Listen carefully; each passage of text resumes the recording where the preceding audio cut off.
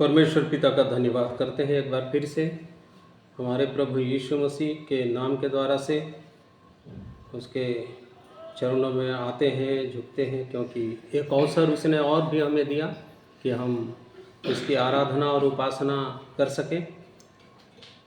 धन्यवाद करते हैं परमेश्वर पिता का। और एक बार फिर से जबकि आराधना में हम सब उपस्थित हो रहे हैं, यहाँ जो उपस्थित हैं और ऑनलाइन जो आप भाई बहन जुड़ रहे हैं, सबको जय मसीह की कहता हूँ। प्रभु यीशु मसीह के नाम से सलाम कहता हूँ। आज आइए हम लोग आराधना प्रारंभ करें। उससे पहले प्रभु से प्रार्थना करेंगे। अत्यंत करुणामय, सर्वशक्तिमान, स्वर्ग के ऊंचे सिंहासन पर विराजमान परमेश्वर पिता, हमारे उद्धारकर्ता जीवित प्रभु यीशु मसीह के पवित्र नाम के द्वारा से आपके चरणों में झुकते हैं। आपको हृदय से धन्यवाद देते हैं, क्योंकि सच्चे और जीवते परमेश्वर आप हैं। आपने सारी सृष्टि को रचा है, आपने हमें भी बनाया और आपने मनुष्य को इसलिए बनाया कि वो आपकी आराधना और उपासना करें, आपको महिमा दें अपने जीवन के द्वारा से। और इसलिए धन्यवाद देते हैं प्रभु जी कि आपने हमें इस योग्य बनाया है कि हम आपकी महिमा कर सकें, आपकी आराधना और उपासना कर सकें। यह अवसर जो आपने दिया, इसके लिए हृदय से धन्यवाद देते हैं। पहले तो प्रेमी परमेश्वर पिता, हम खोए हुए मनुष्य मात्र ही थे जो विनाश में जा रहे थे, परंतु प्रेमी प्रभु, आप प्रभु यीशु मसीह में हो करके आकर के एक बड़ा बलिदान दे करके हमें छुड़ाया है। मृत्यु के आगोश से छुड़ा करके अनंत जीवन के भाग में आपने हमें खड़ा किया है। इसलिए हम हृदय से धन्यवाद करते हैं। प्रभु यीशु मसीह के पवित्र लोहू के लिए धन्यवाद देते हैं, जिसके द्वारा से हमने उस छुटकारे को पाया, पाप के बंधनों से, शैतान के हाथों से। और आज एक जीवित और नई आशा हमारे जीवन में है प्रभु, कि एक दिन जब प्रभु यीशु आएंगे बादलों पर, तो हम उसके साथ बादलों पर उठा लिए जाएंगे और पिता के पास पहुंचेंगे। हृदय से धन्यवाद करते हैं सामर्थी पिता, ऐसे जीवित आशा के लिए। धन्यवाद देते हैं आपके जीवित और पवित्र वचनों के लिए, जिसके द्वारा से हम इन सब बातों को जान सके हैं। और प्रभु जी, इसके प्रकाश में हम अपने जीवनों को देखते हुए आगे तैयारी करते जा रहे हैं। हम हृदय से धन्यवाद करते हैं। धन्यवाद देते हैं प्रभु जी, इसके भेदों और प्रकाशनों को आपने हमारे लिए खोला है और हम भली भांति देख करके उस आत्मा की अगुवाई में अपने जीवन को चेक करते हुए इस अनंत जीवन के मार्ग में बढ़ते जा रहे हैं। आपकी दया और करुणा से प्रभु हृदय से धन्यवाद करते हैं। धन्यवाद देते हैं सामर्थी प्रेमी परमेश्वर पिता। आज भी बहुत सारे लोग खोए हुए हैं पिता, उनके जीवनों के लिए हम आपसे दुआ करते हैं। कुशलता दीजिए, मन फिराव के लिए अनुग्रह प्रदान कीजिए। धन्यवाद करते हैं पवित्र आत्मा की अगुवाई के लिए। आज हमारी अगुवाई क्या यहाँ पहुँच सके, इसलिए हम पवित्र आत्मा की अधीनता में अपने जीवनों को सौंपते हैं। और पूरे वातावरण को, यहाँ जितने बैठे हैं और ऑनलाइन जितने सुनते हैं, जुड़े हुए हैं, और प्रभु जी आगे को भी रिकॉर्डिंग को जो सुनते हैं, मेरे परमेश्वर पिता,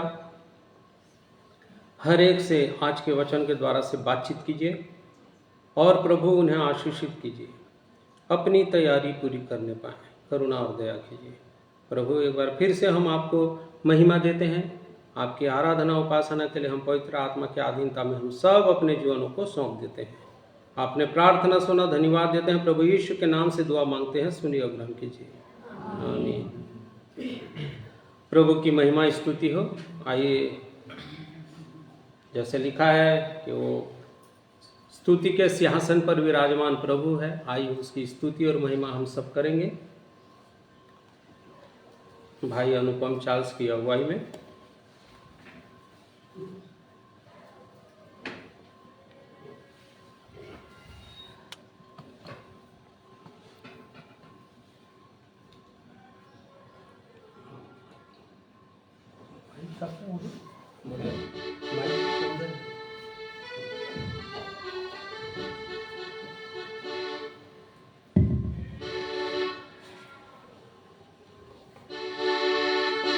सबों को एक बार फिर से प्रभु यीशु मसीह के नाम से सलाम, जय मसीह की।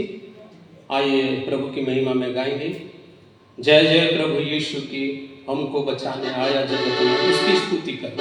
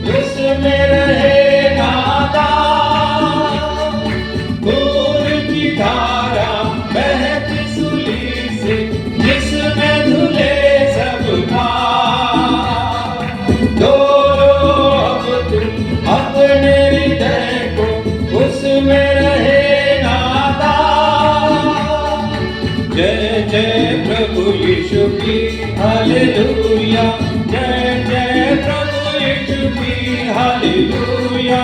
हमको बचाने आया जगत में, उसकी स्तुति करो। हा हा हा हा हालेलुया, ओ हो ला ला ला ला ला, हालेलुया आमीन। ग्रहण करो तुम आज यीशु को, प्रेम की बहती धार, उसको बना लो बेबनहारा, नाम लगा लो पार। ग्रहण करो तुम आज यीशु को, प्रेम की बहती धार, उसको बना लो बेबनहारा, नाम लगा लो पार। जय जय प्रभु यीशु की हालेलुया, जय जय प्रभु यीशु की हालेलुया। हमको बचाने आया जगत में, उसकी स्तुति करो। हा हा हा हा हालेलुया, ओ हो होशाना, ला ला ला ला ला, हालेलुया आमीन। वापस आता मेरा प्रभु जी, ले जाएगा साथ। आशा मेरी अब तो यही है, रहना है तैयार। वापस आता मेरा प्रभु जी, ले जाएगा साथ। आशा मेरी अब तो यही है, रहना है तैयार। जय जय प्रभु यीशु की हालेलुया, जय जय प्रभु यीशु की हालेलुया। हमको बचाने आया जगत में, उसकी स्तुति करो। हा हा हा हालेलुया, ओ होशाना, ला ला ला ला ला, हालेलुया आमीन।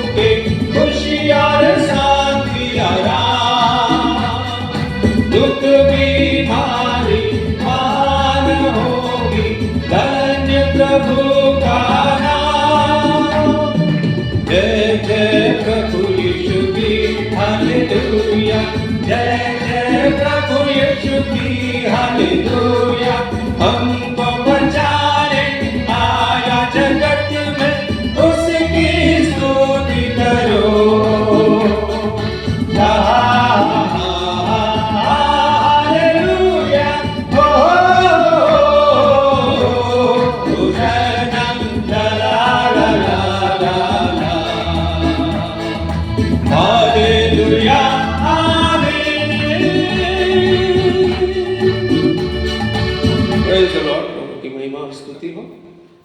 आइए प्रभु की महिमा में आओ, हम यहोवा के लिए ऊंचे स्वर से गाएंगे।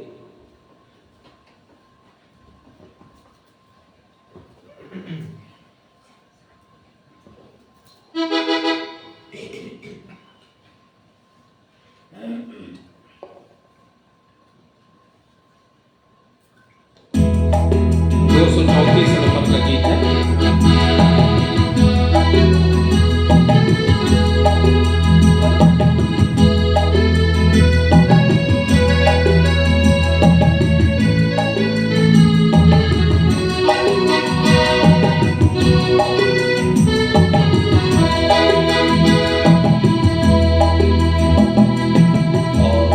यहोवा के लिए ऊंचे स्वर से गाओ, अपनी मुक्ति की चट्टान का जय जयकार करें। आओ हम यहोवा के लिए ऊंचे स्वर से गाओ, अपनी मुक्ति की चट्टान का जय जयकार करें। धन्यवाद करते हुए उसके संग गाए, भजन गाते हुए उसका जय जयकार करें। धन्यवाद करते हुए उसके संग गाए, भजन गाते हुए उसका जय जयकार करें। आओ हम यहोवा के लिए ऊंचे स्वर से गाएं, अपनी मुक्ति की चट्टान का जय जयकार करें। क्योंकि यहोवा महान ईश्वर है, सारे देवताओं के ऊपर महान राजा है। क्योंकि यहोवा महान ईश्वर है, सारे देवताओं के ऊपर महान राजा है। आओ हम यहोवा के लिए ऊंचे स्वर से गाएं, अपनी मुक्ति की चट्टान का जय जयकार करें। क्योंकि वो हमारा परमेश्वर है और हम उसकी प्रजा, उसके हाथ की भेड़ें हैं। क्योंकि वो हमारा परमेश्वर है और हम उसकी प्रजा, उसके हाथ की भेड़ें हैं। आओ हम यहोवा के लिए ऊंचे स्वर से गाएं, अपनी मुक्ति की चट्टान का जय जयकार करें। आओ हम झुककर उसको दंडवत करें और अपने कर्ता यहोवा के सामने घुटने टेकें। आओ हम झुककर उसको दंडवत करें और अपने कर्ता यहोवा के सामने घुटने टेकें। आओ हम यहोवा के लिए ऊंचे स्वर से गाएं, अपनी मुक्ति की चट्टान का। जय जयकार करे, जय जयकार करे, जय जयकार करे। प्रभु की स्तुति हो। आइए वचन के भाग में जाने के पहले भाई चौहान से, उदय चौहान के द्वारा से प्रभु की महिमा के गीत को सुनेंगे।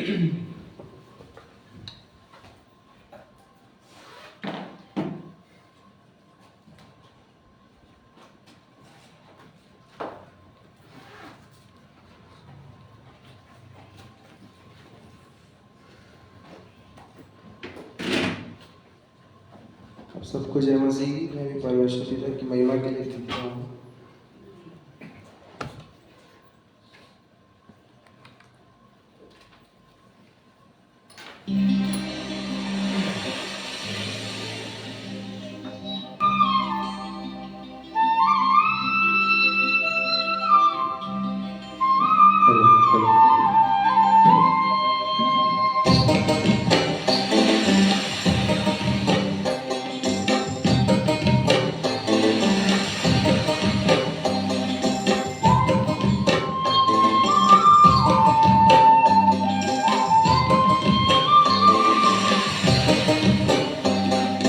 माझी रे ले चल हमें उस पार, यीशु से कर मुलाकात। माझी रे ले चल हमें उस पार, यीशु से कर मुलाकात।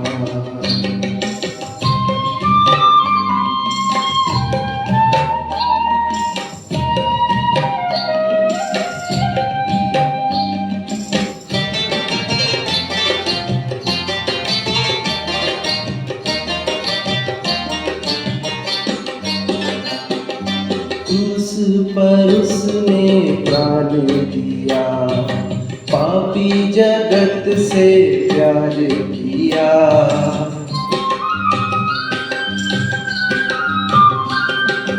उस पर उसने प्राण दिया, पापी जगत से प्यार किया। तेरा है प्रेम अपार,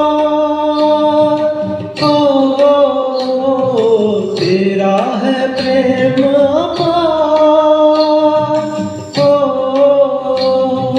ले चल हमें उस पार, यीशु से करे मुलाकात। माझी रे ले चल हमें उस पार, यीशु से करे मुलाकात।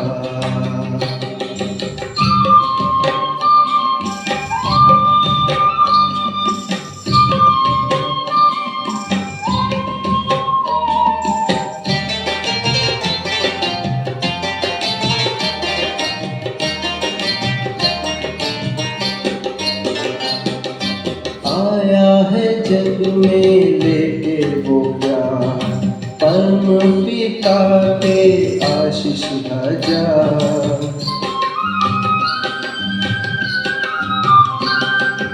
आया है जग में लेके वो प्यार, परम पिता के आशीष हजार।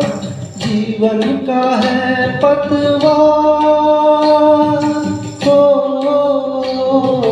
जीवन का है पतवार। ले चल हमें उस पार, यीशु से करे मुलाकात। माझी रे ले चल हमें उस पार, यीशु से करे मुलाकात। माझी रे ले चल हमें उस पार, यीशु से करे मुलाकात।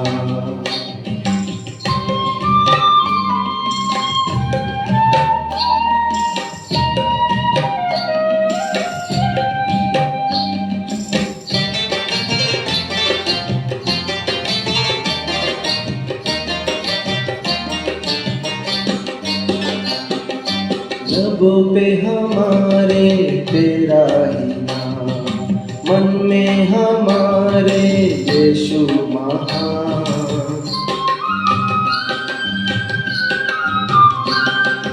लबों पे हमारे तेरा ही नाम, मन में हमारे यीशु महान। आया है स्वर्ग का राज, आया है स्वर्ग का राज, ले चल हमें उस पार, यीशु से करे मुलाकात। माझी रे ले चल हमें उस पार, यीशु से करे मुलाकात। माझी रे ले चल हमें उस पार, यीशु से करे मुलाकात। ओ माझी रे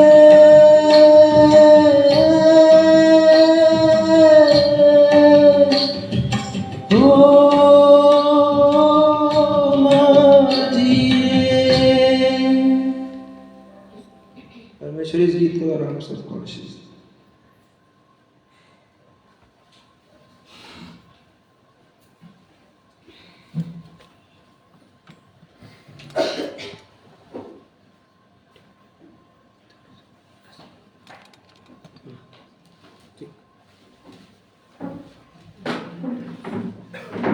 प्रभु की महिमा स्तुति हो। सुंदर गीत के लिए प्रभु का धन्यवाद। ले चल हमें उस पार, आज जहाँ है वहाँ से दूसरी ओर। आज हम संसार में हैं, संसार से हमें उठा करके अपने स्वर्गीय राज्य में ले चल। हमारा माझी प्रभु तू हो जा। धन्यवाद करते हैं सुंदर बोल के लिए, गीत के लिए प्रभु का धन्यवाद करते हैं। आइए आज के वचन के भाग में जाएंगे और आज के रोटी से, आज के वचन से हम आज सीखेंगे कुछ बातों को जो परमेश्वर ने अगुवाई किया है मुझे मनन करने के लिए। वो पाया जाता है पहला थिस्सलुनीकियों उसका 4था अध्याय, पहला थिस्सलुनीकियों, फर्स्ट थिस्सलुनीकियों चैप्टर 4 13 to 18, 13 से 18 तक आज हम पढ़ लेंगे और इसमें से प्रभु यीशु मसीह के पुनरागमन के विषय में जो लिखा है उसे आज सीखेंगे। परमेश्वर की आत्मा हम सबको अगुवाई करें। भाई पढ़ लेंगे। हे भाइयों, हम नहीं चाहते कि तुम उनके विषय में जो सोते हैं अज्ञानी रहो। ऐसा ना हो कि तुम दूसरों के समान शोक करो जिन्हें आशा नहीं। क्योंकि यदि हम विश्वास करते हैं कि यीशु मरा और जी उठा, तो वैसे ही परमेश्वर उन्हें भी जो यीशु में सो गए हैं उसी के साथ ले आएगा। क्योंकि हम प्रभु के वचन के अनुसार तुमसे यह कहते हैं कि हम जो जीवित हैं और प्रभु के आने तक बचे रहेंगे, सोए हुओं से कभी आगे ना बढ़ेंगे। क्योंकि प्रभु आप ही स्वर्ग से उतरेगा।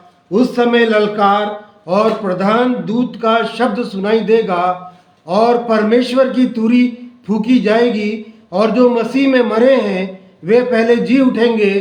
तब हम जो जीवित और बचे रहेंगे उनके साथ बादलों पर उठा लिए जाएंगे कि हवा में प्रभु से मिले, और इस रीति से हम सदा प्रभु के साथ रहेंगे। इस प्रकार इन बातों से एक दूसरे को शांति दिया करो। परमेश्वर पिता इन वचनों के द्वारा से हम सबसे बातचीत करें और जैसा इस प्रकार इन बातों से एक दूसरे को क्या दिया करो? शांति दिया करो। तो सामने वाले के मन में शांति कब आएगी? जब इन बातों की चर्चा हम उसको बताएंगे जो सच्चाई है। और यदि नहीं बता रहे हैं तो उसका दोष भी हमारे ऊपर हो सकता है, होगा, वचन में लिखा भी है। क्योंकि आपको, मुझको, हम सबको परमेश्वर ने पहरुए ठहरा दिया है, और यदि पहरुए ठहरा दिया है तो पहरुए का काम है जागना और जगाना भी। और यहाँ लिखा है, हे भाइयों, हम नहीं चाहते कि तुम उनके विषय में जो सोते हैं अज्ञानी रहो। ऐसा न हो कि तुम दूसरों के समान शोक करो जिन्हें आशा नहीं। अज्ञान मत रहो। ये ज्ञान यदि आपको मिल गया है, इसके आगे जो लिखा है, इन बातों का ज्ञान यदि मुझे मिल गया है, तो इस ज्ञान को, इस बात को, इस सच्चाई को मुझे आगे वाले को भी क्या करना है, बताना है। और वो ज्ञान क्या है आगे देखेंगे, क्या चीज के लिए बताना चाह रहा है। देखिए इसमें लिखा है 14 पद में, क्योंकि यदि हम विश्वास करते हैं कि यीशु मरा और जी भी उठा, ये सब करते हैं जितने विश्वासी हैं, प्रभु यीशु मसीह को मानने वाले लोग हैं, चाहे नॉमिनल भी मानते हैं, इस बात को वचन से पढ़ करके जानते हैं कि प्रभु यीशु मसीह मृतकों में से जी उठा। यहां लिखा है यीशु, क्योंकि हम प्रभु के वचन के अनुसार, एक मिनट, उसको क्या लिखा है, क्योंकि यदि हम विश्वास करते हैं कि यीशु मरा और जी भी उठा, तो वैसे ही परमेश्वर उन्हें भी जो यीशु में सो गए हैं उसी के साथ ले आएगा। जो यीशु में रह करके सो गए हैं अर्थात मर गए हैं, उन्हें भी जीवित, जैसा प्रभु यीशु मसीह को जिलाया, उन्हें भी जो प्रभु यीशु मसीह में मर गए हैं या दुनिया को छोड़ गए हैं लेकिन प्रभु यीशु मसीह में हैं, उन्हें क्या करेगा, ले आएगा। किसके साथ, प्रभु यीशु के साथ। अब इस पॉइंट को बहुत ध्यान से यदि हम सुनते हैं तो पता चलता है कि प्रभु यीशु मसीह फिर से आने वाला, कि उनके साथ कौन लोग आने वाले हैं, जो प्रभु यीशु मसीह में सो गए। हम लोग एक गीत गा रहे थे, जय जय प्रभु यीशु मसीह, है ना, तो उसमें तीसरा पद लिखा हुआ है, वापस आता मेरा प्रभु जी ले जाएगा साथ। आशा मेरी अब तो यही है, रहना है तैयार। यदि आशा मेरी है, यहां लिखा है, यदि मेरी आशा है, जिन्हें आशा नहीं उनके विषय में नहीं, परंतु हमारे जीवन में तो परमेश्वर ने ये आशा दे दी है। और ये आशा यदि दे दी है तो हमको क्या करनी पड़ेगी, तैयारी करनी पड़ेगी। यदि हम तैयार नहीं हैं तो उसका बहुत बड़ा दंड उठाना पड़ सकता है या भाग खोना पड़ सकता है। तो क्या भाग खोएंगे, इसके विषय में भी हम आगे थोड़ा सा देखेंगे। 15 पद को पढ़ेंगे भाई। क्योंकि हम प्रभु के वचन के अनुसार तुमसे यह कहते हैं कि हम जो जीवित हैं और प्रभु के आने तक बचे रहेंगे, सोए हुओं से कभी आगे ना बढ़ेंगे। आगे, क्योंकि प्रभु आप ही स्वर्ग से उतरेगा, उस समय ललकार और प्रधान दूत का शब्द सुनाई देगा और परमेश्वर की तुरही फूंकी जाएगी, और जो मसीह में मरे हैं वे पहले जी उठेंगे। परमेश्वर की तुरही फूंकी जा रही है। हर समय हम लोग जीवित हैं, वो लोग सुन रहे हैं, और यहाँ तक कि जो मरे हैं वो भी सुन रहे हैं। आत्मा में आत्मिक बातें, परमेश्वर की तुरही फूंकी जा रही है। यदि हम यहेजकेल 33 अध्याय को आप पढ़ना घर में जाके, चाहे अभी पढ़ लीजिए 1 से 6 पद, तो हमको इसीलिए पहरुआ बनाया है कि हम ये तुरही को फूकें, बताएं लोगों को, सचेत करें। किस बात का सचेत करना है लोगों को, कि प्रभु यीशु मसीह फिर से आने वाला है। कहां पर, बादलों पर। लिखा है ना भाई, देखिए क्या लिखा है।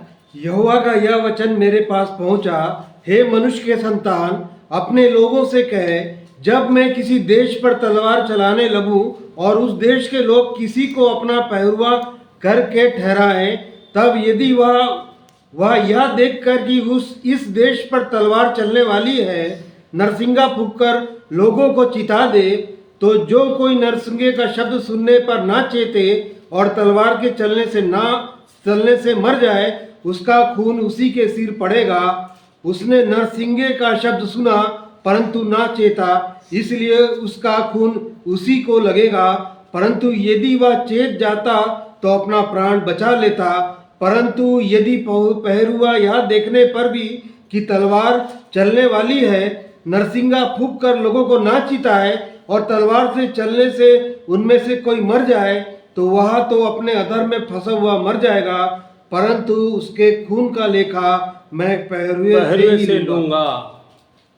ये इस बात की चर्चा यदि अपने लोगों के बीच में नहीं किया, युद्ध, न्याय या प्रभु यीशु मसीह के पुनरागमन की चर्चा तुरही फूकी जा रही है, यदि तुरही नहीं फूका पहरुए ने, यदि फूका और जो सोए हैं ध्यान नहीं दिए, और यदि वो विनाश में जा रहे हैं तो उसका लेखा पहरुए से नहीं लिया जाएगा। यदि सुन रहे हैं और नहीं मान रहे हैं तो, परंतु यदि पहरुए ने नहीं फूका तो लेखा तो पहरुए से ही लिया जाएगा। परमेश्वर चाह रहा है कि हम सबको पहरुआ बनाया है, हमको सचेत कर रहा है। हे सोने वाले जागो बोलता है, जागो। आज हम कितना लोगों के साथ इस बात की चर्चा कर रहे हैं जो अज्ञानी हैं कि हमारा प्रभु यीशु मसीह, मेरा प्रभु यीशु मसीह, मेरा उद्धार करता, सारे जगत का उद्धार करने वाला, जो मृतकों में से जी उठा, जो इसलिए मृत्यु को सहा मेरे पाप के कारण। क्या हम इस बात की चर्चा लोगों तक कर रहे हैं? यदि नहीं कर रहे हैं तो हम लेखा देंगे उनके मृत्यु का, और यदि कर रहे हैं और वो नहीं सुन रहे हैं और मर जा रहे हैं तो उनका खून उन्हीं के ऊपर लगेगा। इसलिए पहरुए को भी सचेत रहना है। परंतु आज का जो विषय है, मैं आप लोगों को इसलिए इस वचन के द्वारा से बातचीत करना चाह रहा हूं, 17 पद के द्वारा से। हाँ, पहला थिस्सलुनीकियों 4:17। तब हम जो जीवित और बचे रहेंगे उनके साथ बादलों पर उठा लिए जाएंगे कि हवा में प्रभु से मिले, और इस रीति से हम सदा प्रभु के साथ रहेंगे। बादलों पर उठा लिए जाएंगे कि प्रभु से मिले। अभी पिछले दिनों की एक घटना मेरे जीवन में हुई, मैं देखा तो उससे बहुत कुछ सीखा, वो आप लोगों के साथ शेयर करना चाह रहा हूँ। जब बेंगलोर से हम रायपुर के लिए प्लेन में बैठे और जब प्लेन उड़ान भरा तो कुछ ऊपर उठने तक हम देखे कि बादल एकदम हमारे आसपास बहुत अच्छे से, एकदम ऐसे लग रहा है बादल। तो देख रहे थे हम, मैं तो कलीसिया में वो फोटो को भी डाला हूँ, देख लेना बाद में। तो मैं देखा और कुछ बातों को सीखा, और वहाँ मैं मेरी पत्नी तो मैं खिड़की साइड बैठा था तो बहुत अच्छा लग रहा था, देख रहा था। परंतु थोड़ी देर के बाद और ऊंचाई पर गया, मतलब बादलों से कम 1-2 हजार मीटर ऊपर। तब मैं देखा बादल को वहां से नीचे तो पूरा घना जंगल के जैसे दिख रहा था। तब मेरे दिल को खटखटा करके एक आवाज आ रही है कि ओ प्रेमी प्रभु यीशु मसीह आपसे, मुझसे इतना प्रेम कर रहा है कि वहां छोड़ करके उस बादल तक आएगा। वहां बादल तक, बादल बहुत ऊपर नहीं है, बादलों पर आने वाला है। किसको लेने के लिए? जो उसके साथ बने हुए हैं, जो उस पर विश्वास करते हैं। वो प्रभु यीशु मसीह बादलों तक आने वाला है, वहां तक। उसके 1-2 हजार मीटर ऊपर मैं था। मुझसे बातचीत की वचन में, मैं देखा, देखो तो मैं किसी से बोला, देखो तो वो बादल कैसे दिख रहा है। प्रभु यीशु मसीह वहां तक आएंगे, वो भी बोली। हम दोनों चर्चा कर रहे थे, तो ऐसे कुछ छोटी छोटी बातों से हम सीख रहे थे। तो प्रभु का धन्यवाद हो कि कुछ जहाँ कुछ देखते हैं, दिखता है, तो उसमें भी परमेश्वर बातचीत करता है, सिखाता है। परंतु सवाल ये नहीं है, वो तो आना निश्चित है। आज से नहीं, हम सुन रहे हैं और प्रभु का आना निश्चित है। प्रभु यीशु आएंगे बादलों पर, अपने लोगों को उठा लिए लेके जाएंगे। परंतु विषय ये है, और हमारे लिए एक चौकसी करने का विषय ये है कि क्या मैं उसके साथ जाने के योग्य?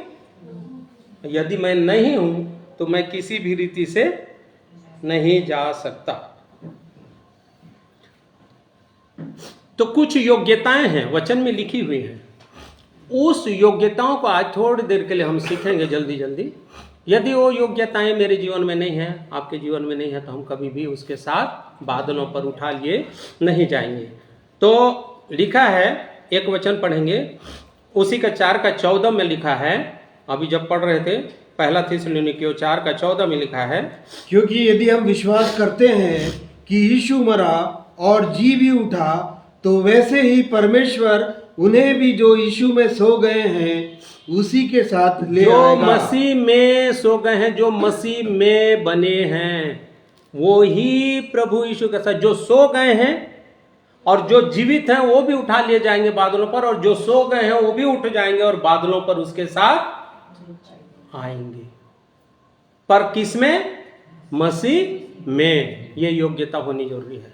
क्या चेक करना है? मैं मसीह में हूं। आज मुझको और आपको चेक करने की आवश्यकता है।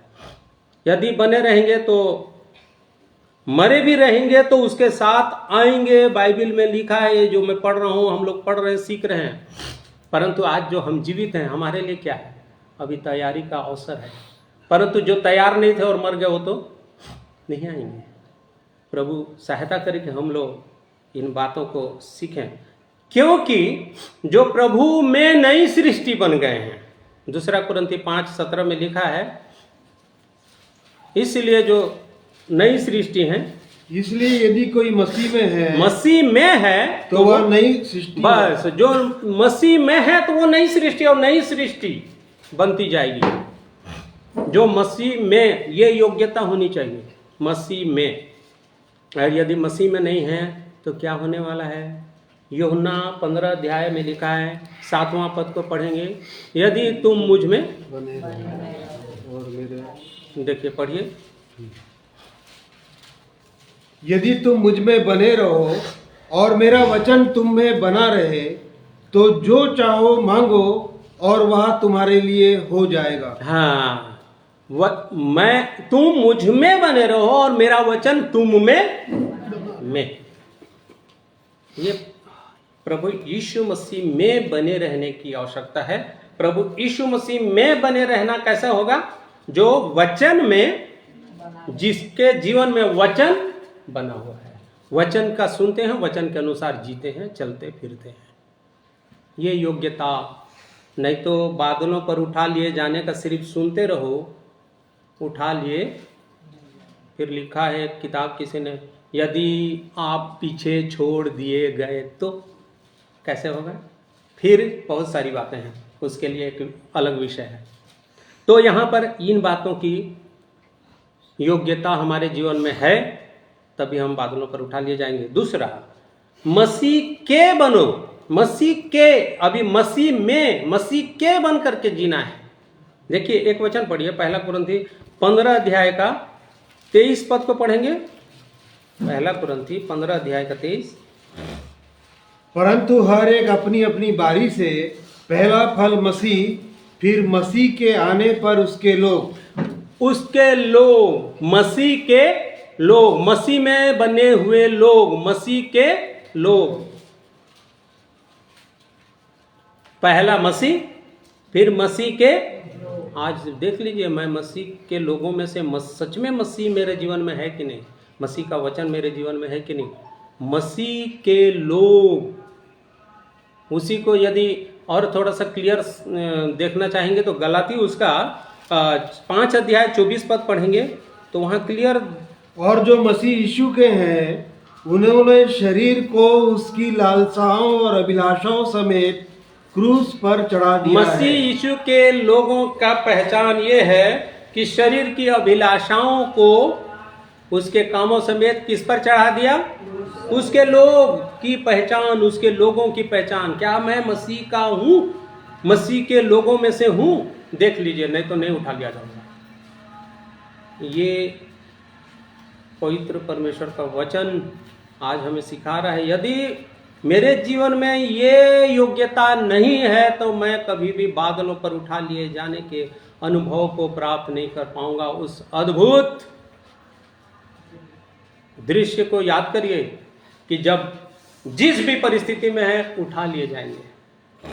यदि उसके लोग हैं जो शरीर, क्या लिखा है, जो शरीर के, जो मसीह यीशु के हैं उन्होंने शरीर को उसकी लालसाओं और अभिलाषाओं समेत क्रूस पर चढ़ा दिया। अभी भी यदि शरीर की लालसा और अभिलाषाएं आपके जीवन में काम कर रही हैं, शारीरिक जीवन क्या है, क्रोध, विरोध, बैर, ईर्ष्या, ये सब बातें आपके अंदर में काम कर रही हैं, तो क्या मसीह के लोग हैं? चिड़चिड़ापन, झगड़ालू प्रवृत्ति, ये सब यदि है तो क्या उच्च नीच का भेदभाव, मसीह तो अपने आप को शून्य कर दिया, परंतु नहीं। ऐसे लोग, जो लिखा है बाइबल में, बहुत सारे वचन दिखा रहे प्रभु, लेकिन टाइम हो जाता है, मैं आप लोगों को बता रहा हूँ, एक ही वचन में बता रहा हूँ। 101 अध्याय को पढ़ेंगे, 7वां वचन, तो उसमें लिखता है कभी भी नहीं देख पाएगा। जो छल करता है वह मेरे घर के भीतर ना रहने पाएगा, जो झूठ बोलता है वह मेरे सामने बना ना रहेगा। नहीं रहेगा, वो ये योग्यता नहीं है। यदि ये सब बातें जीवन में है तो योग्य नहीं है, मसीह के नहीं है। प्रभु सहायता करे कि इन वचनों के द्वारा से मैं अपने जीवन को चेक करूं, आप भी अपने जीवनों को चेक करें। और जो मेरे प्रिय लोग बाद में सुनते हैं, जो सुन रहे हैं अभी ऑनलाइन, मैं आप लोगों से भी निवेदन करता हूं, परमेश्वर के वचनों को बहुत गंभीरता से सुनिए और चेक करिए, सचेत हो जाइए। प्रभु यीशु मसीह आएगा आएगा आएगा, नाच गाना कर रहा आएगा, मैं जाने के योग्य हूं कि नहीं, इस पर गंभीर होने की आवश्यकता है।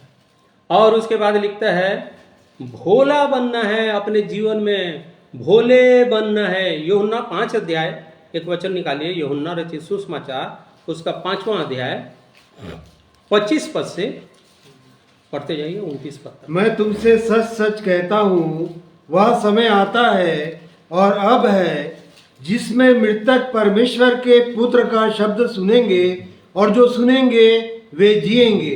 क्योंकि जिस रीति से पिता अपने आप में जीवन रखता है, उसी रीति से अपने पुत्र को भी यह अधिकार दिया है कि अपने आप में जीवन रखे, वरन उसे न्याय करने का भी अधिकार दिया है, इसलिए कि वह मनुष्य का पुत्र है।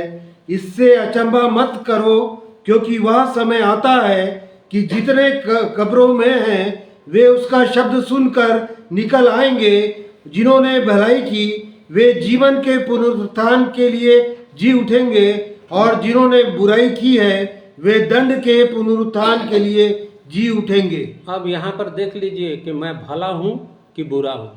जिन्होंने भलाई की वे जी उठेंगे, और जो जीवित हैं उठा लिए जाएंगे।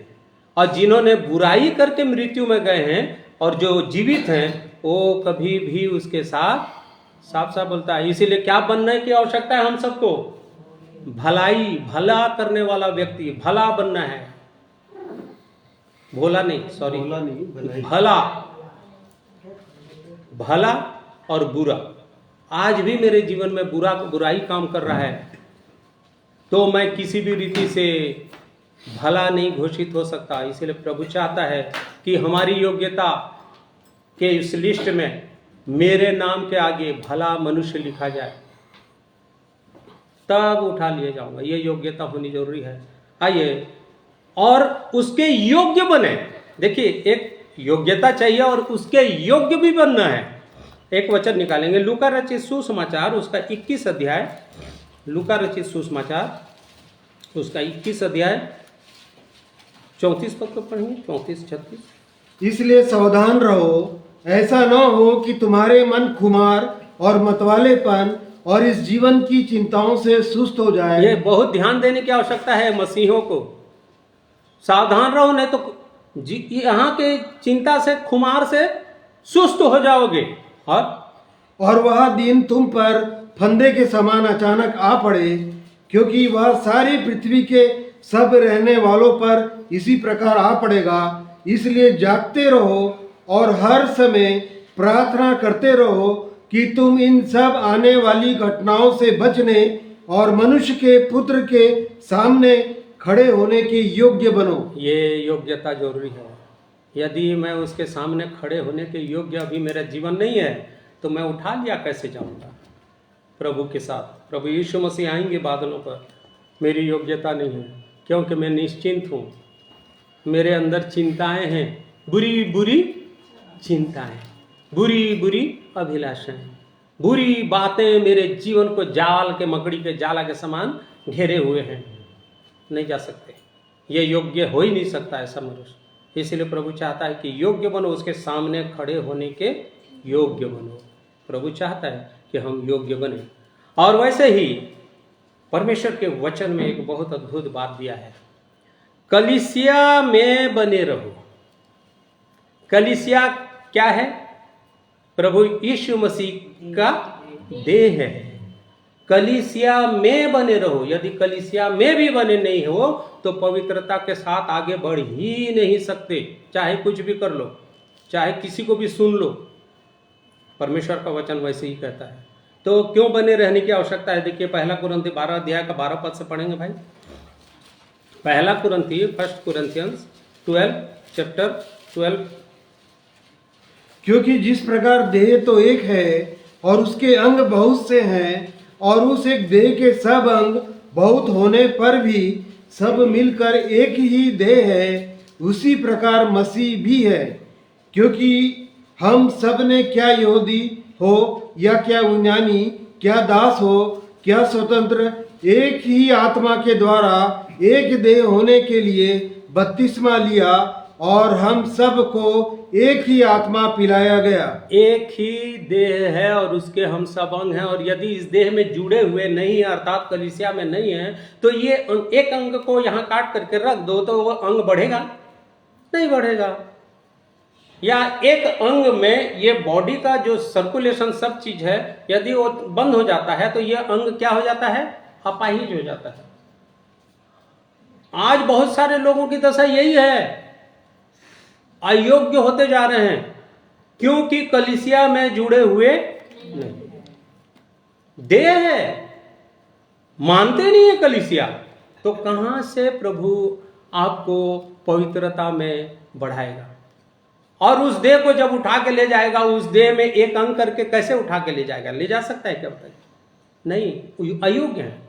इसीलिए बोलता है कलीसिया में बने रहने की योग्यता यदि ये नहीं है आपके जीवन में और मेरे जीवन में, तो हम कभी भी उसके साथ उठा लिए नहीं जा सकते। और वैसे ही एक वचन और पढ़ेंगे, इफिसी 1 अध्याय उसके 20 पद में, यही कलीसिया के विषय में ही आप देखिए क्या लिखता है। जो उसने मसीह में किया कि उसको मरे हुओं में से जिलाकर स्वर्गीय स्थानों में अपनी देहनी और सब प्रकार की प्रधानता और अधिकार और सामर्थ और प्रभुता के हर एक नाम के ऊपर, जो न केवल इस लोक में पर आने वाले लोक में भी लिया जाएगा, बैठाया।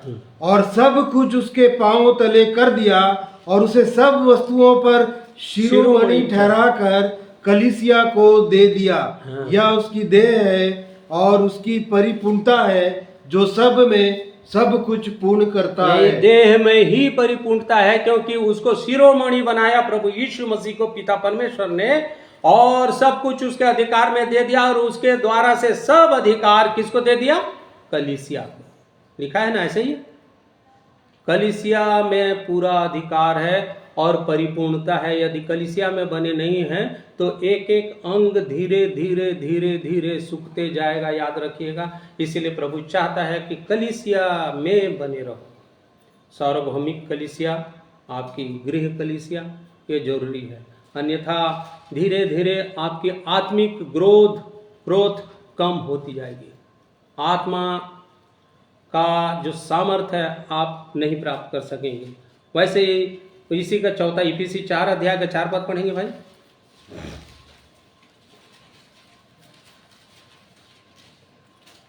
एक ही देह है और एक ही आत्मा, जैसे तुम्हें जो बुलाए गए थे अपने बुलाए जाने से एक ही आशा है, एक ही प्रभु है, एक ही विश्वास, एक ही बपतिस्मा, और सब का एक ही परमेश्वर और पिता है, जो सब के ऊपर और सब के मध्य में और सब में है। सब में एक ही, आप और मैं उसी एक प्याले में से पिलाए गए हैं, एक ही आत्मा में से पिलाए गए हैं। आज वो और भी भरपूरी के साथ देना चाह रहा है, लेकिन आज इस देह में नहीं जुड़े होने के कारण क्या योग्य हो पाएंगे? नहीं हो पाते। इसलिए प्रभु चाहता है कि कलीसिया में बने रह करके पवित्रता में उन्नति करते जाओ, नहीं तो मुश्किल हो जाएगा। आगे जा करके आपको दुख उठाना ही पड़ेगा। इसी का 5 अध्याय, फिर इसी का 5 अध्याय उसका 27 पद को पढ़ेंगे तो कैसे वो पढ़िए। और उसे एक तेजस्वी कलीसिया बनाकर अपने पास खड़ी करे, जिसमें ना कलंक, ना झुर्री, ना कोई और ऐसी वस्तु हो, वरन पवित्र और निर्दोष हो। तेजस्वी बनेगा तब, एक व्यक्ति उठा लिया जाएगा तब, उस देह में जुड़ करके, जब उस तेजस्वी कलीसिया में उस अपने आप को जोड़ करके रखेगा।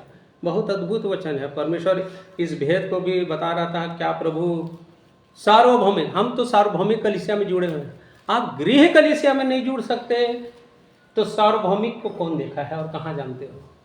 अमेरिका के कौन कौन पवित्र आत्मा के द्वारा से अगुवाई प्राप्त करके एक कलीसिया का झुंड है, आप जान रहे हैं क्या? मैं नहीं, कोई नहीं जानता, पर आत्मा में हम सब एक पिलाए गए हैं। लेकिन आप गृह, जिसको तू देखता है उस पर विश्वास नहीं है, तो जिसको तूने नहीं देखा उस पर क्या विश्वास करे? प्रभु कैसे जोड़ लेगा? आप यहाँ आगे मैं बताऊंगा इन चीजों को। बहुत सुंदर प्रभु हमसे बातचीत करना चाहते हैं। और एक वचन को पढ़ लेंगे, कुलुसियों 1 अध्याय 18 पद को पढ़ेंगे तो यहाँ पढ़िए 18।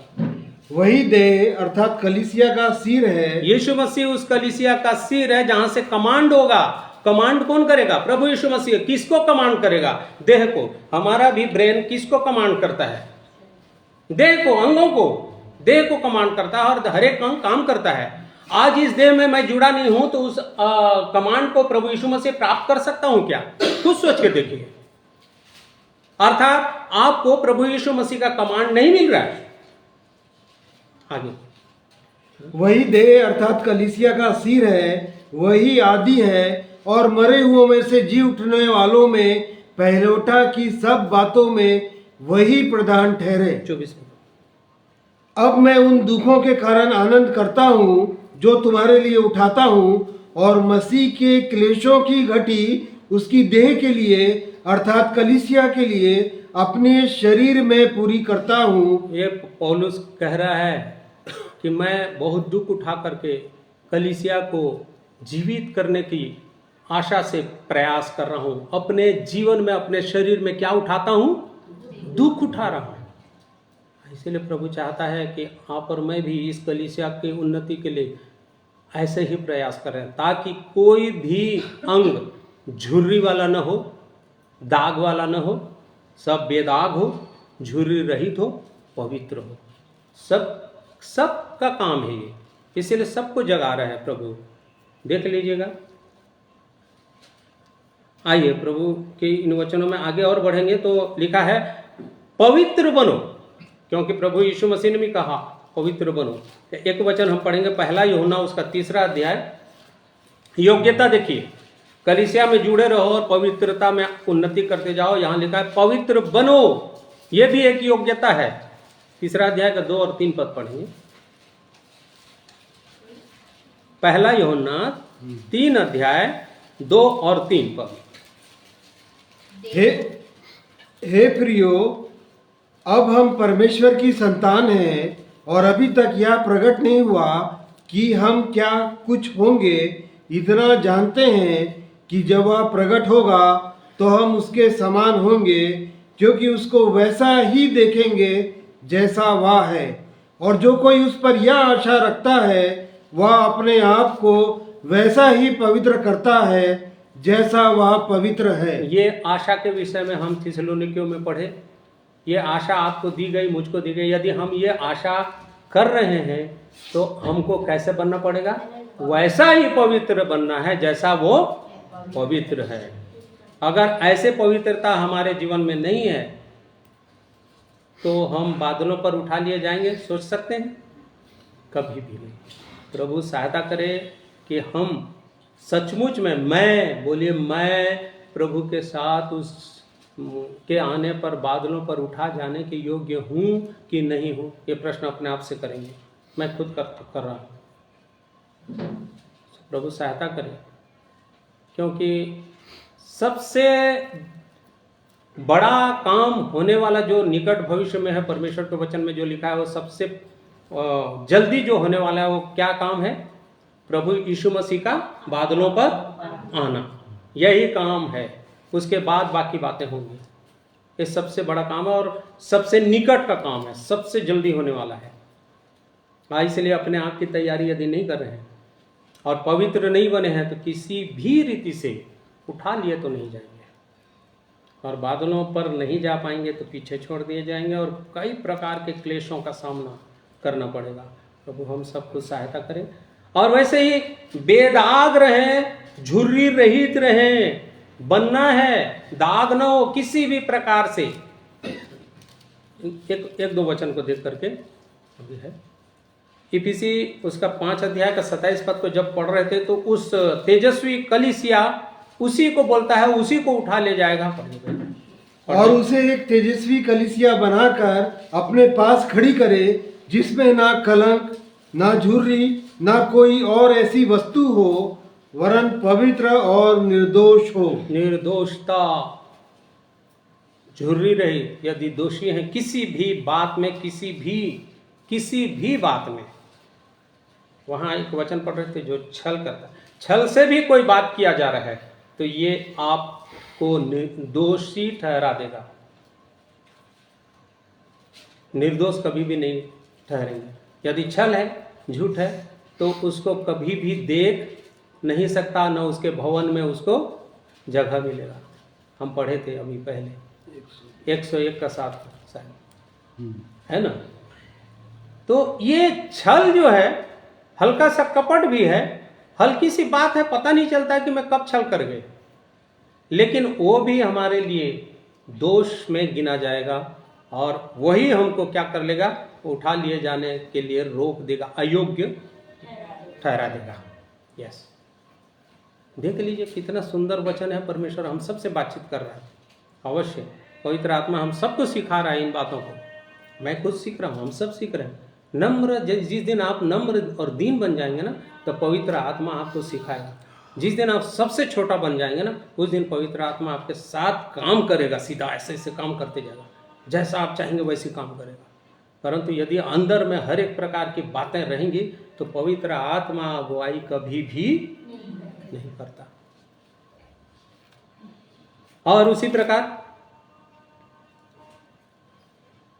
आत्मा में जीवित हूं कि नहीं, अभी शरीर में तो जीवित हूं, परंतु आत्मा में जीवित हूं कि नहीं, इस बात को आपको देखना है। ये योग्यता जरूरी है। यदि आत्मा में जीवित है तो आत्मा के अनुसार चलो भी, ये योग्यता बहुत जरूरी है, बहुत जरूरी है। यदि आत्मा अभी भी जीवित नहीं है मेरे भाई बहनों, तो अपने आत्मा को जगाइए। इसीलिए तो ये तुरही बज रहा है, इसीलिए तो ये आह्वान हो रहा है। वो अज्ञान है जो लोग ऐसे सो रहे हैं, अर्थात 2 प्रकार का सोना। जो मृतक होकर के सो गए हैं वो लोग उठ जाएंगे, परंतु जो लोग अभी भी अपने अज्ञानता के कारण सो रहे हैं, वो लोगों को भी उठना है जल्दी से जल्दी। आप वो छोटे छोटे बातों के कारण आपकी आत्मा कौन सी दशा में है? मरी हुई दशा में। यदि मरी हुई दशा में है तो उठ जाइए, जाग जाइए। एक वचन पढ़िए भाई, गलाती 5:19। शरीर के काम तो प्रकट हैं, अर्थात व्यभिचार, गंदे काम, लूचपन, मूर्ति पूजा, टोना, बैर, झगड़ा, ईर्ष्या, क्रोध, विरोध, फूट, विधर्म, डाह, मतवालापन, लीला कीड़ा और इनके जैसे और काम हैं। इनके विषय में मैं तुमसे पहले से कह देता हूँ, जैसे पहले कह भी चुका हूँ, कि ऐसे ऐसे काम करने वाले परमेश्वर के राज्य के वारिस ना होंगे। कभी भी नहीं होंगे। साफ साफ वचन सिखा दे रहा है। और इसमें बहुत सारे दिया है, लेकिन कुछ कुछ छोटी छोटी बातें लगती हैं, बहुत छोटी छोटी बातें, जैसे क्रोध, लीला क्रीड़ा। क्रोध बहुत बड़ी है बात है। क्रोध जो है ना बहुत बड़ी बात है, परंतु क्रोध हर एक जीवन में फटाक से आ जाता है। मतलब बहुत छोटी बात है, माँ बेटी, बेटी माँ, भाई भाई, भाई बहन, घर में पति पत्नी, छोटी सी बात नहीं हो क्रोध आ गया। ठीक है, क्रोध तो करो पर पाप मत करो, लेकिन भले के लिए कोई क्रोध, लेकिन ये छोटी सी बात लग रही है, लेकिन हमारे अंदर में वो क्रोध है और काम कर रहा है। इस क्रोध को यदि आप कंट्रोल, इसमें लगाम नहीं लगाए ना, तो एक दिन बहुत बड़ा होता है। और ऐसा क्रोधी मनुष्य, यहाँ जो लिखा हुआ है ना, क्रोध के द्वारा से हत्या कर लिए तो नहीं जा सकते, ऐसे नहीं लिखा है। सिर्फ इतना ही लिखा है। क्या लिखा है भाई? क्रोध, ईर्ष्या, झगड़ा, ये छोटी छोटी बात लगती है। घर में छोटा सा बात नहीं हुआ और झगड़ रहे हैं, बहुत हल्ला मचा रहे हैं, चिल्ला रहे हैं, झगड़ रहे हैं, ये सब बातें प्रभु की दृष्टि में अयोग्यता घोषित करता है एक मनुष्य को बादलों पर उठा लिए जाने के लिए। ध्यान रखिएगा, ये बाइबल में लिखा है, परमेश्वर मुझे सिखाया, मैं आप लोगों के सामने प्रकट कर रहा हूँ, पवित्र आत्मा प्रकट कर रहा है।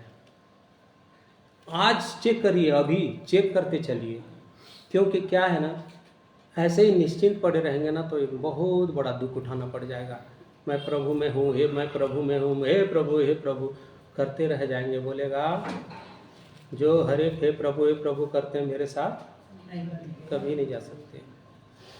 यहाँ साफ लिखा है। बहुत अद्भुत वचन है परमेश्वर का। इसीलिए छोटी छोटी आपके नॉर्मल जीवन की बातें, दैनिक दिनचर्या में करने वाली बातें, आपको बहुत सावधान रहना है कि कहीं गलत तो नहीं हो रहा है, मैं अयोग्य तो नहीं हो रहा हूँ, मैं अयोग्य तो नहीं हो रही हूँ। इसको चेक करिएगा, प्रभु सहायता करे। ओ परमेश्वर के वारिस किसी भी रीति से नहीं हो सकते, परमेश्वर के राज्य के वारिस न होंगे। क्लियर बोल दिया, ये प्रमाण दे दिया, प्रमाणीकरण है, इसमें और कुछ नहीं। परंतु योग्य है, ये बातें नहीं है। इसीलिए चेक करिए कि योग्य बने, और एक कि उसके साथ इस योग्यताओं के आधार पे आगे चलते जाएं और ज्योति में चलें और ज्योति में बने रहें। यदि ज्योति में नहीं चल रहे हैं, ज्योति में बने नहीं हैं, तो भी अयोग्य घोषित, क्योंकि प्रभु यीशु ने स्वयं कहा जगत की ज्योति मैं हूं। फिर उसने कहा तुम जगत की ज्योति हो। एक वचन पढ़िए, ये पहला यूहन्ना 1 अध्याय, उसका 7वां पद पढ़ेंगे।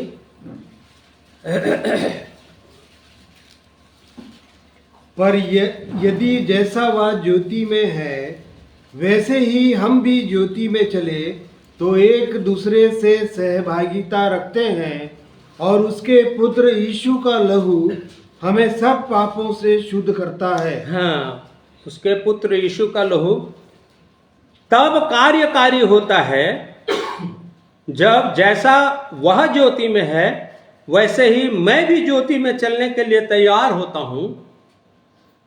कार्य करता है यीशु का लहू, और हमारे जीवन के एक एक जो छोटे छोटे काम बता रहा था ना, वो सबको धोते जाएगा और आपको भी क्या बना देगा? ज्योति। आप ज्योति में चलने वाले हो जाओगे, नहीं तो नहीं हो पाएंगे। एक और वचन, कुलुसियों उसका 2 अध्याय, कुलुसियों की पत्री उसका 2 अध्याय 6 और 7 पद पढ़ेंगे। अतः जैसे तुमने मसीह यीशु को प्रभु करके ग्रहण कर लिया है, वैसे ही उसी में चलते रहो और उसी में जड़ पकड़ते और बढ़ते जाओ, और जैसे तुम सिखाए गए वैसे ही विश्वास में दृढ़ होते जाओ और अधिकाधिक धन्यवाद करते रहो। धन्यवाद का बलिदान तो वही चढ़ाएगा ना जो ज्योति में चलते रहेगा, अधिकाधिक। और क्या लिखा है? अतः जैसे तुमने मसीह यीशु को प्रभु करके ग्रहण कर लिया है। सबने ग्रहण किया है, जितने वचन सुन रहे हैं, प्रभु यीशु को, है ना, ग्रहण किए कि नहीं किए? मसीह यीशु को प्रभु किए कि नहीं? ग्रहण किए, मेरा प्रभु है, ग्रहण कर लिया है। वैसे ही उसी में चलते रहो, अर्थात मसीह ने कहा मैं जगत की ज्योति हूँ, ज्योति में चलते रहो। यदि ज्योति में कंटिन्यूअस टेंस चलते रहो, तब आप धन्यवाद के योग्य बलिदान चढ़ो। आपका धन्यवाद वो ग्रहण करेगा और आपको साथ में उठा करके लेके जाएगा, क्योंकि वो घोषित कर दिया है कि तुम क्या हो? जगत की। तब आप जगत की ज्योति हो जाएंगे, नहीं तो नहीं हो पाएंगे। इसलिए इन सब योग्यताओं को एक बार फिर से मनन करें, परमेश्वर के वचन से अपने जीवन के लिए मनन करें। यदि आपको अभी भी लग रहा है कहीं पर कुछ प्रॉब्लम है थोड़ा सा, तो देख लीजिए कि मैं ऐसे ही योग्य हूँ या नहीं। परमेश्वर हम सबको आशीष दे ताकि धन्यवाद का बलिदान चढ़ाएं तो उसको ग्रहण योग्य हो, और प्रभु यीशु मसीह जब बादलों पर आए तो हम योग्य घोषित हों और उसके साथ उठा लिए जाएं। आइए प्रभु की महिमा में एक और गीत सुनेंगे और उसके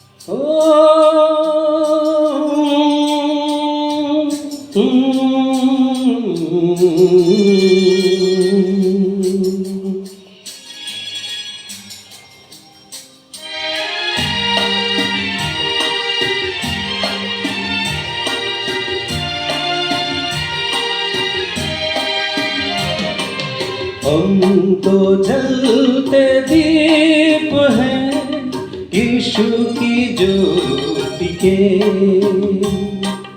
हम तो जलते दीप हैं यीशु की ज्योति के। जब तक हम हैं इस जहां में जलते जाना है।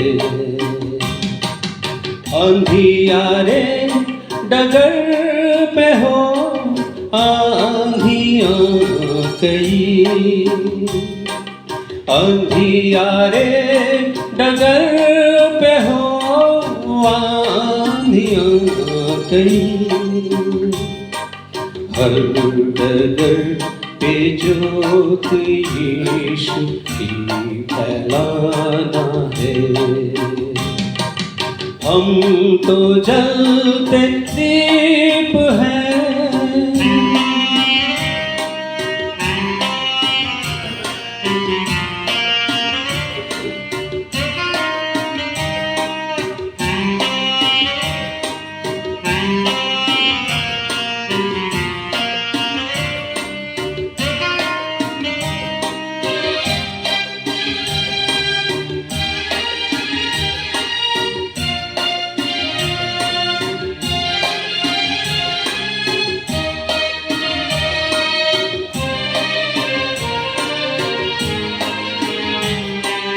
जलना जिंदगी हमारी यीशु के लिए, जलना जिंदगी हमारी यीशु के लिए। जिसने दाग हर गुनाह के मेरे धो दिए, जिसने सूली पे जलाई जोत प्रेम की, जिसने सूली पे जलाई जोत प्रेम की, वो ही जोत आज मेरे दिल में जल रही। कोई भटका हो डगर पे बेपनाह सा, कोई भटका हो डगर पे बेपनाह सा। आज सूली के तले उसे बुलाना है। हम तो जलते दीप हैं,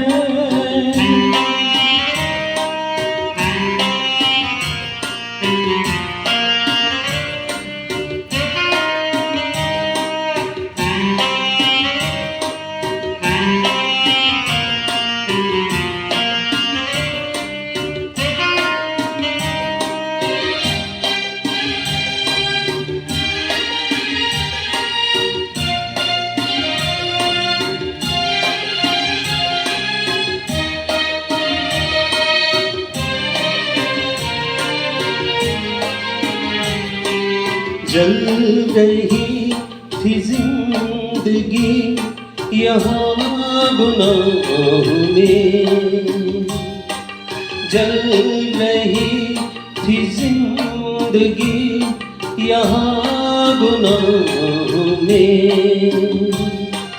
यीशु ने हमको ले लिया अपनी पनाह में, दे रहा आवाज सबको, आओ मेरे पास।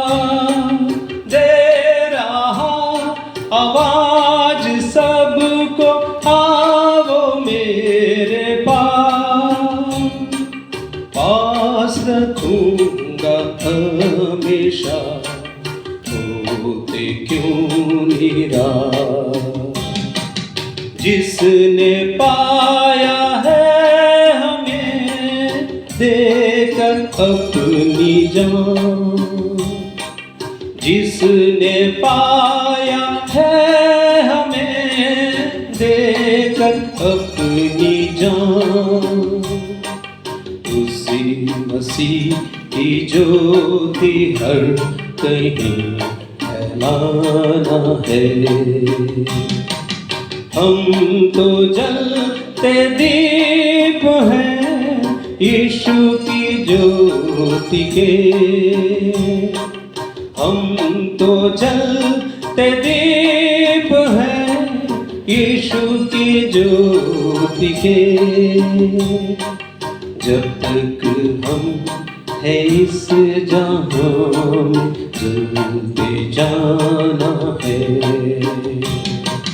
हम तो जलते दीप हैं। Thank you Jesus. प्रभु की महिमा और स्तुति धन्यवाद करते हैं परमेश्वर पिता का। सचमुच में आपको और मुझको उसने ज्योति बनाया है। जलते रहिए अपने जीवन के द्वारा से, अपने व्यवहार के द्वारा से योग्य बनिए, चाल चलन के द्वारा से, और उस ज्योति का प्रकाश लोगों तक फैलाइए। प्रभु की इच्छा यही है, हमारी योग्यता यही होगी, ताकि प्रभु यीशु मसीह आए तो हम बादलों पर उठा लिए जाएं। आइए हम प्रार्थना करेंगे। अत्यंत करुणामय, सर्व सामर्थी, दयालु, पवित्र, प्रेमी परमेश्वर पिता, एक बार फिर से हम बड़े नम्र और दीन होकर के जितने जन वचन सुने हैं प्रभु जी, और आगे को भी सुनते हैं, हर एक जन आपके चरणों में झुकते हैं और अपने दिनहीन दशा को लेकर के आपकी ओर दृष्टि उठाते हैं और आपके उस करुणा और दया को मांगते हैं। बहुत सारी बातें आज भी हमारे जीवन में है प्रभु, जिसके होने से हम योग्य नहीं ठहर सकते, और इसलिए प्रभु जी वो बातें जो इस देह की हैं, शरीर की हैं और संसार की हैं, सब प्रभु आपके आत्मा की अगुवाई के द्वारा से, सहायता के द्वारा से हम निकालने पाएँ और आपके सामने खड़े होने के योग्य होने पाएँ। आपके साथ प्रभु यीशु बादलों पर उठा लेके जाने के योग्य होने पाएँ। करुणा और दया कीजिए प्रभु जी। हम सब अपने जीवनों को एक बार चेक करते हैं और भी आगे को निरंतर चेक करते रहेंगे। प्रभु हमारी सहायता करें आत्मा के द्वारा से, ताकि हम योग्य ठहरें। आपने हमारी प्रार्थनाओं को सुना है प्रभु, इसलिए हम हृदय से धन्यवाद देते हैं और दुआ को उद्धार करता हमारे प्रभु यीशु मसीह के जीवित और पवित्र नाम से मांग लेते हैं। सुनिए और ग्रहण कीजिए, आमीन। सब वही भाई बहनों को प्रभु यीशु मसीह में एक बार फिर से जय मसीह की। आपने वचन सुना, आगे को भी जो सुनते हैं प्रभु आप सबों को आशीष दे। प्रभु यीशु मसीह की महिमा हो।